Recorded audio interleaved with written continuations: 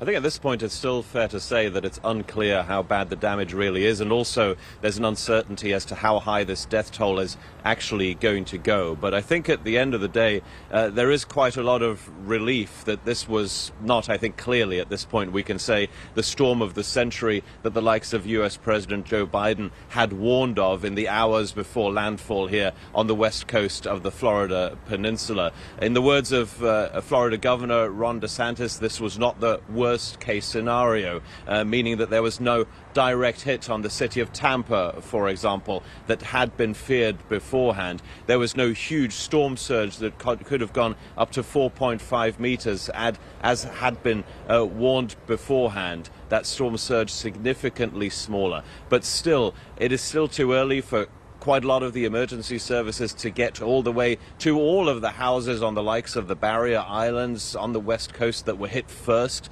by this hurricane's landfall. They will be going and are going house to house to make sure everyone is okay who might have stayed behind despite those mandatory evacuation orders for 5.9 million people here in Florida. Those evacuation orders seem to have had an effect, as had the words of local politicians and also the likes of US President Joe Biden, for people to get out of their houses while they still could. So I think generally you can say at this point that there is a bit of a collective sigh of relief here in Florida that things last night didn't go as bad as they could have gone. Of course, these were two hurricanes in very quick succession.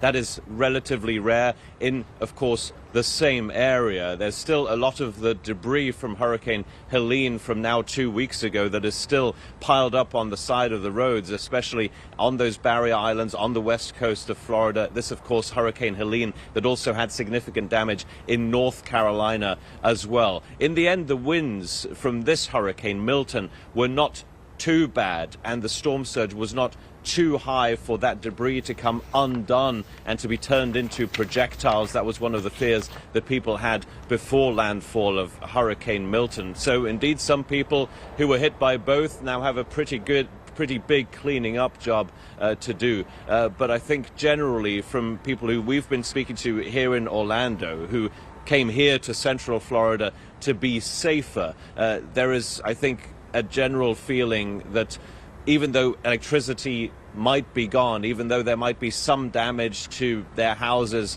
out on the west coast of Florida, it was certainly the right idea to ride out the storm here in Central Florida, and that in the end things could have been worse. But the storm of the century, that in the end here in Florida did not materialize.